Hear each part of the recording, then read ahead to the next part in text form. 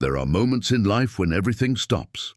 When the world around you goes silent and all you can hear is your own heartbeat pounding in your ears. When you realize too late that you have made a terrible mistake. That is exactly what happened one evening at a high-security military checkpoint when a visiting contractor made what he thought was a harmless move. He was frustrated, tired from travel, and annoyed at being stopped for the third time that day. The line was long, the sun was setting, and standing between him and the gate was a young woman in uniform. She looked small to him, maybe 5'4", with her hair pulled back in a tight regulation bun. Her uniform was crisp, her posture straight, but to him she was just another obstacle, another junior guard doing paperwork while he waited. So when she asked him for his identification a second time, he lost his patience. He reached out, grabbed her wrist, and pulled her toward him, his voice sharp and demanding. "I already showed you my papers. Let me through." The words barely left his mouth before the world around him changed. 3 men appeared from nowhere. They moved fast, impossibly fast, like shadows given form. Within seconds, the contractor was on the ground, his arm twisted behind his back, his face pressed into the concrete. He gasped, confused, his mind struggling to catch up with what had just happened. And then he heard it. A voice calm and cold, coming from one of the men pinning him down. "You just put your hands on our commander." The contractor's blood ran cold. His mind raced.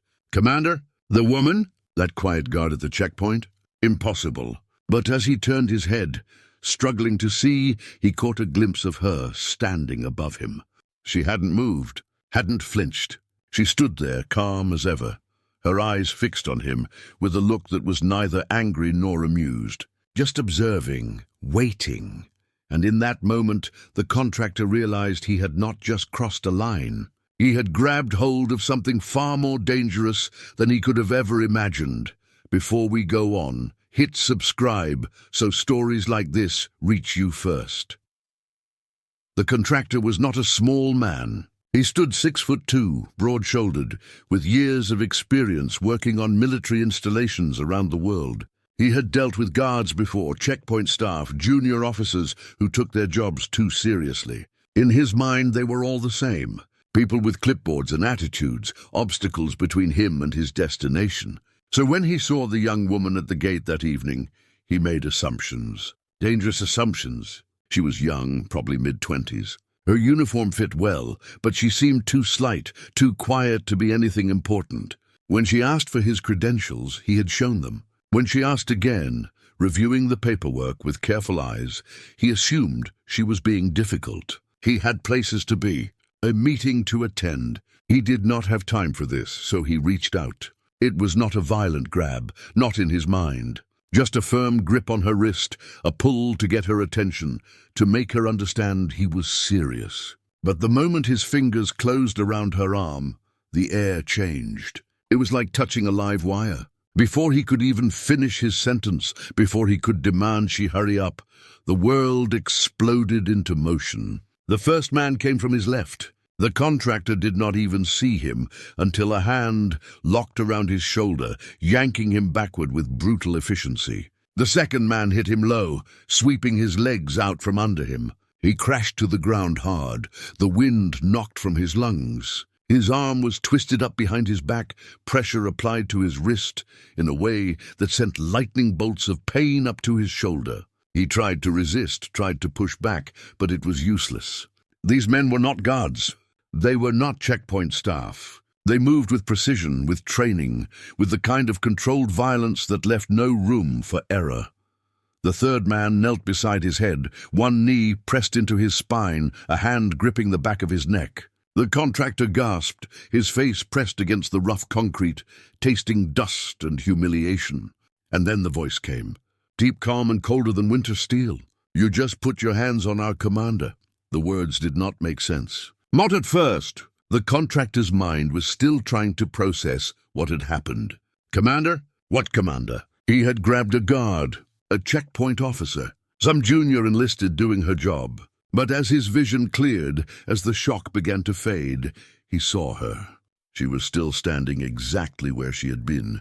She had not moved, had not called for help, had not even raised her voice. She just stood there, clipboard still in hand, watching him with eyes that revealed nothing. No fear, no anger, just a quiet, steady assessment, and that was when he understood.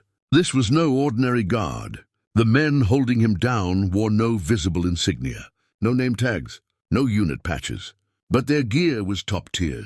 Their movements were flawless, and the way they had appeared, materializing out of the shadows like ghosts, told him everything he needed to know. These were not regular military. These were operators, elite, lethal, and they answered to her. The contractor tried to speak, tried to explain, but the man kneeling on his spine pressed down harder. "Stay quiet. You will speak when she tells you to speak." His heart was pounding now, not from exertion, but from fear.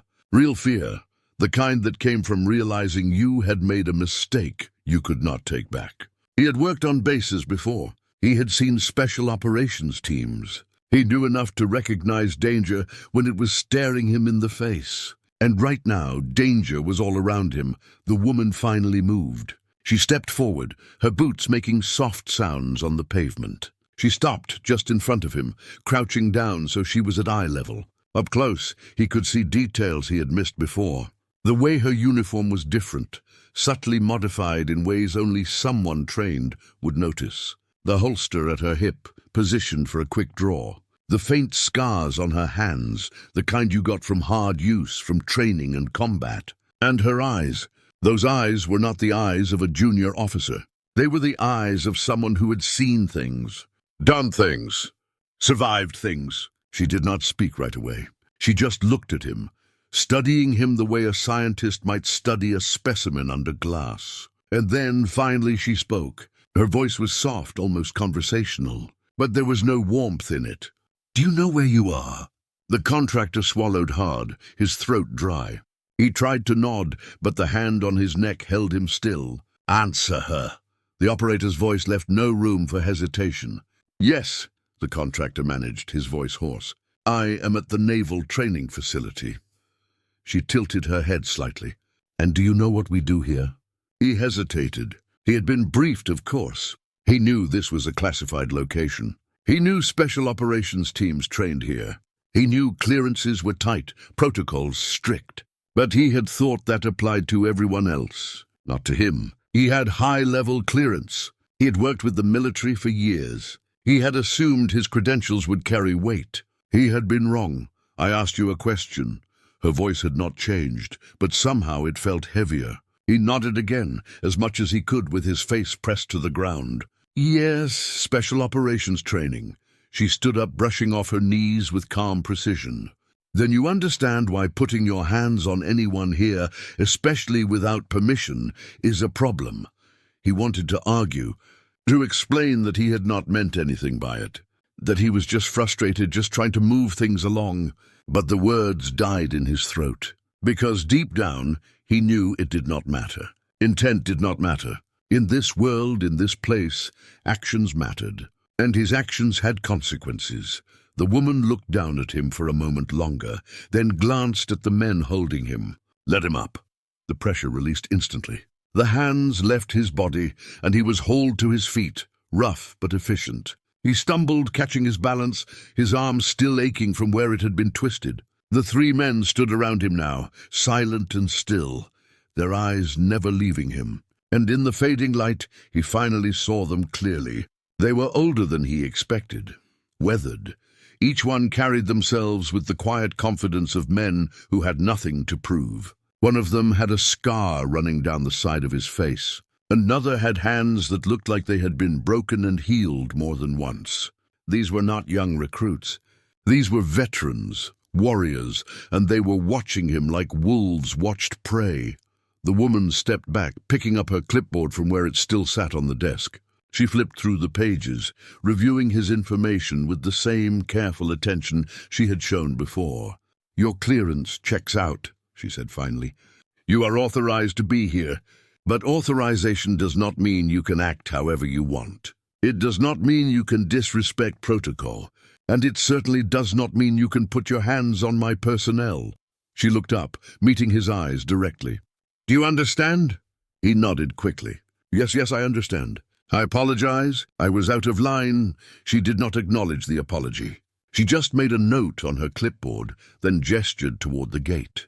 "You can go. But understand this. If you step out of line again, if you so much as raise your voice to anyone on this base, you will not make it to the gate before my team stops you. And next time, they will not be gentle." The contractor did not need to be told twice. He grabbed his papers, nodded again, and started walking toward the gate. His legs felt weak, his hands shaking. Behind him he heard nothing. No footsteps, no voices. But he knew they were still there, watching, waiting. As he passed through the gate and climbed into his vehicle, he glanced back one last time. The woman was back at her post, clipboard in hand, looking exactly as she had when he first arrived. Calm, professional, unremarkable. Except now he knew the truth. She was anything but unremarkable. The contractor drove in silence, his hands gripping the steering wheel tighter than necessary. His mind was racing, replaying the last 10 minutes over and over, trying to make sense of what had just happened. He had worked with the military for over a decade. He had been on bases all over the world. He had dealt with officers, enlisted personnel, even a few generals. But never, not once, had he encountered anything like that. The speed, the precision, the way those men had appeared out of nowhere and taken him down without hesitation. And the woman, that quiet, composed woman who had stood there watching him like she had seen it all before. Like this was just another day at the office. He pulled into the guest parking area and sat there for a moment, engine idling, trying to calm his breathing. His wrist still ached where she had been holding the clipboard when he grabbed her. He had barely touched her, barely applied any pressure, but the response had been overwhelming, immediate, decisive. He had heard stories, of course. Rumors about the kind of training that went on at facilities like this. About the teams that operated in the shadows, the missions that never made the news. But he had always thought of them as stories, exaggerations, the kind of tales people told to make themselves sound more important. Now he knew better. He thought back to the moment he had grabbed her wrist. The look on her face, or rather, the lack of any look at all. She had not flinched, had not pulled away, had not even seemed surprised. It was as if she had expected it, as if she had been waiting for something exactly like that to happen. And maybe she had been. Maybe that was part of the test. A way to see who would cross the line. Who would forget where they were and what the rules were? He had failed that test spectacularly. His phone buzzed, pulling him from his thoughts. A message from his company coordinator. Meeting in 15 minutes. Conference room B. He took a deep breath, grabbed his bag from the passenger seat and stepped out of the vehicle. The sun had fully set now, and the base was lit by harsh fluorescent lights that cast long shadows across the pavement. Everything looked different at night, sharper, more dangerous. He made his way toward the main administrative building, showing his credentials to 2 more checkpoints along the way. Each time, the guards were polite but thorough. Each time, he kept his hands to himself and his mouth shut. He was not taking any more chances. When he finally reached the conference room, he found 3 other contractors already seated around the table. They looked tired, like they had been traveling all day. One of them, a man named Stevens he had worked with before, glanced up and nodded. "You made it. Thought you were going to miss the briefing." The contractor forced a smile and took a seat. "Almost did." "Had some trouble at the gate." Stevens raised an eyebrow. "Trouble? What kind of trouble?" He hesitated, unsure how much to say. But before he could answer, the door opened and a Navy officer walked in. He was older, maybe in his 50s, with graying hair and a chest full of ribbons. He carried himself with the kind of authority that came from decades of service. "Gentlemen," the officer said, setting a folder down on the table. "Thank you for coming. I know it has been a long day, but we need to go over a few things before you start work tomorrow." The contractors nodded, pulling out notebooks and pens. The officer flipped open the folder and began going through the schedule, outlining the project they would be working on. Security upgrades to the training facility, new systems, new protocols, standard stuff for the most part. But then the officer paused, looking up at each of them in turn. "Before we continue, I need to make something very clear. This facility is home to some of the most elite warriors in the world. The men and women who train here are not regular military. They operate at levels most people cannot even imagine. And while you are here, while you are on this base, you will treat every single person you encounter with respect. Is that understood? The contractors nodded. The officer's gaze lingered on the contractor for a moment longer than the others, and he felt his stomach tighten. Did he know? Had word already spread about what happened at the gate? Good, the officer continued. Now you will be working in areas that are considered sensitive. You will see things, hear things that are classified. You are not to discuss anything you see or hear outside of your immediate work area. You are not to take photos. You are not to ask questions unless they are directly related to your job. Is that understood? More nods. The officer closed the folder and leaned back in his chair. One more thing. Some of you may encounter personnel who seem young, who seem out of place.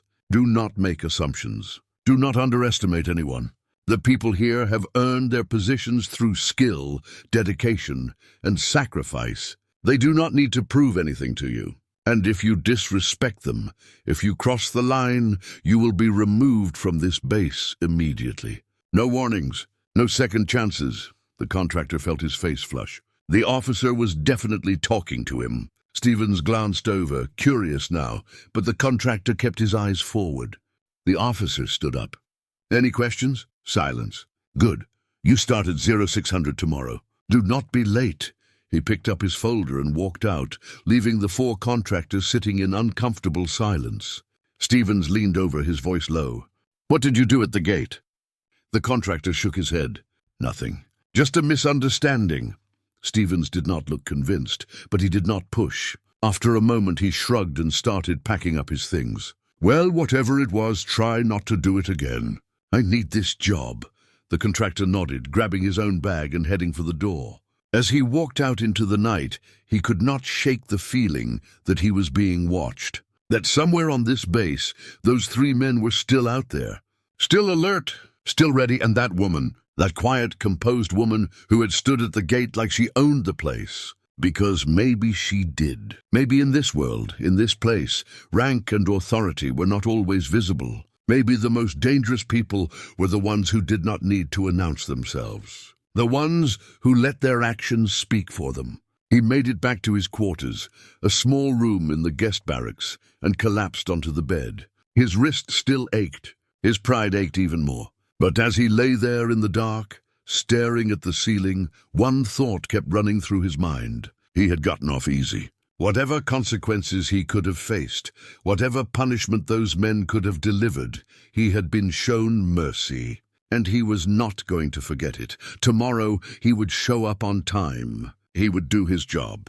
He would keep his head down and his mouth shut. Because he had learned a lesson today. A lesson that most people never had to learn the hard way. Some people, no matter how they looked or how they carried themselves, were not to be touched, not to be challenged, not to be underestimated. And on this base, surrounded by warriors and shadows, he was just a guest, a visitor in a world that played by rules he was only beginning to understand. As he finally drifted off to sleep, the last thing he saw in his mind was her face, calm, steady, unflinching, the commander. The next morning came fast. The contractor woke before his alarm, his body still tense from the previous night. He dressed quickly, double-checked his credentials, and headed toward the work site. The base looked different in daylight, clean, professional, but he could not shake the feeling that eyes were everywhere, watching, evaluating. When he arrived at the security office where his team would be installing new systems, he found Stevens already there with two technicians. They were reviewing blueprints, discussing wire routes and camera placements. Standard work, nothing complicated. The contractor joined them, grateful for something normal to focus on. For 2 hours, they worked in silence, running cables and mounting equipment. It was good to use his hands, to think about something other than his mistake. Then she walked in. "The commander!" She wore different gear now, tactical pants and a fitted shirt with her unit patch visible. Her hair was still pulled back tight, her expression still calm. She moved through the room like she owned it, checking their work, asking questions about the security upgrades. Her voice was professional, her questions sharp and informed. She knew exactly what she was looking at. Stevens answered most of her questions, walking her through the system specs and coverage areas. The contractor stayed quiet, keeping his distance, trying to blend into the background. But when she turned to leave, she paused beside him. "You work clean," she said, glancing at the cable routing he had just finished. "Professional installation." He looked up, surprised. "Thank you, ma'am." She nodded once, then walked out without another word. Stevens let out a low whistle once she was gone. "That was Commander Reyes. She runs the advanced training program here. Word is she came up through special warfare herself, decorated, respected, tough as they come." The contractor felt his stomach drop. Commander Reyes, a real commander, not just some officer with a clipboard. She had earned that rank through blood and sweat, through missions he would never know about. And he had grabbed her, had treated her like she was nobody. The rest of the day passed without incident. The contractor kept his head down, did his work and stayed out of everyone's way. When evening came and the team packed up their tools, he felt a strange sense of relief. He had made it through one day. Maybe that was enough. As he walked back toward his quarters, he saw her again. She was standing outside the training facility, talking to a group of candidates. Young men and women in training gear, hanging on her every word. Even from a distance, he could see the respect in their eyes. The way they stood straighter when she spoke. The way they listened like their lives depended on it. And maybe they did. Because in this world, in this place, she was not just a commander. She was a leader, a warrior who had proven herself in ways most people never would. The contractor kept walking, but the image stayed with him. This was her world, her base, her team, and he was just passing through, a visitor who had learned a hard lesson about respect, about assumptions, and about the dangers of underestimating anyone based on how they looked. That evening, as he sat in his quarters reviewing the next day's work orders, he made himself a promise. He would finish this job, he would do it right, and he would never, ever make that mistake again. Because some people earned their positions the hard way, and those people deserved respect always.